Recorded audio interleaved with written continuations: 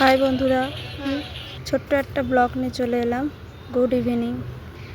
আজ আমাদের বাড়ির ছাদটা তোমাদের ঘুরে ঘুরে দেখাই কি কি গাছ আছে। তারপর আমাদের বাড়ির চারি সাইডের আশপাশটা দেখাবো, ছাদে উঠলে কেমন লাগে আমাদের চারিদিকটা।